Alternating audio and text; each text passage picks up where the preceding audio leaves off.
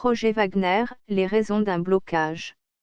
Alors qu'une frange importante de la population, en l'occurrence sa frange juvénile, réclame à corps et à cri l'intervention de la Russie, dont la pratique montre qu'il s'agit d'un partenaire fiable, selon le Premier ministre Shogel Kokala-Mega, dans une récente interview accordée à l'agence russe RIA Novosti, elle doit plutôt se préparer à accueillir des paramilitaires de la société de sécurité privée Wagner. Mais qu'est-ce qui bloque son déploiement tant espéré pour porter un coup fatal aux agresseurs qui imposent des épreuves rédhibitoires à notre pays depuis au moins 8 ans? L'information a été révélée par les médias hexagonaux. Les autorités maliennes sont proches de conclure un accord avec la société militaire privée russe Wagner pour la sécurisation du territoire national. Reuters, citant une source européenne qui suit le dossier ouest-africain et une source proche des services de sécurité au Sahel, ajoute que l'accord pourrait porter sur l'envoi d'1 millier de mercenaires russes au Mali. Deux autres sources ont dit penser que leur nombre serait moins élevé, sans fournir d'estimation chiffrée, rapporte l'agence. Des sources du ministère de la Défense et des anciens combattants ont également confirmé des contacts avec la partie russe dans le cadre de la sécurisation du territoire, dans la perspective de la transformation profonde du dispositif militaire au Sahel, synonyme de retrait progressif.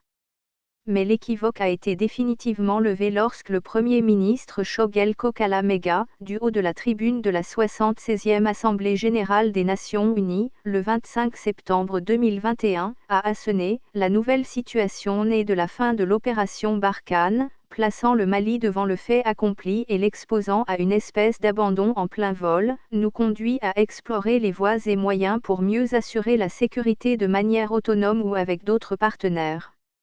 C'est vrai que le même jour que le chef du gouvernement faisait sa déclaration de guerre à notre partenaire historique, le ministre russe des Affaires étrangères Sergueï Lavrov confirmait implicitement, sans les nommer, que des mercenaires russes seraient déjà présents au Mali.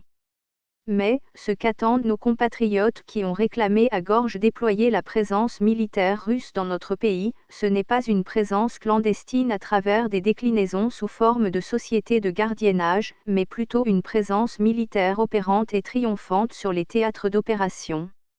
Or, sur ce plan, les attentes sont loin d'être comblées. Alors, différentes explications sont fournies quant à la procrastination de l'intervention militaire du groupe de sécurité russe Wagner.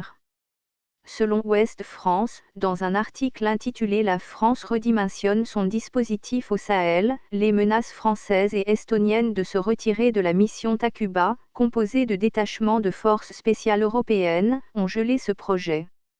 Note de la rédaction, recourir au service de la société militaire privée russe Wagner.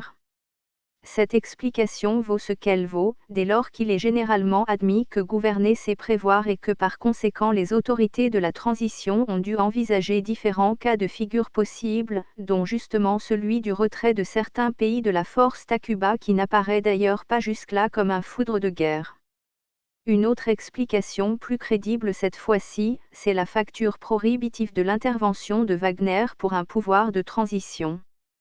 Parmi les conditions, 4 sources auraient déclaré à Reuters que le groupe Wagner serait payé 6 milliards de francs CFA, environ 9,15 millions d'euros, par mois pour ses services. L'accord pourrait également garantir à la société russe l'accès à 3 gisements miniers, 2 d'or et 1 de magnésium, a ajouté une des sources. Non seulement, il n'est pas évident que le gouvernement qui n'est pas Crésus par ces temps de crise protéiforme puisse payer rubis sur ongle 6 milliards de francs CFA par mois, mais également il serait scandaleux de plonger tête baissée dans les travers de certains pays où intervient Wagner accusé de piller les ressources minières, notamment en République centrafricaine. Évidemment le groupe Wagner est accusé, notamment par la France, de se rémunérer sur les ressources des pays dans lesquels il intervient. Mais, la France accuse pour des raisons propres, d'autres sources portent les mêmes accusations. Une conséquence, selon Roland Marshall sociologue, chercheur au Centre d'études et de recherches internationales, CERI, de l'intervention du groupe paramilitaire Wagner, c'est que l'armée malienne sera attaquée très frontalement et n'aura pas le backup de ses autres partenaires. À cela, il ajoute les réticences de mouvements armés, à l'instar de la coordination des mouvements de l'Azawad, CMA.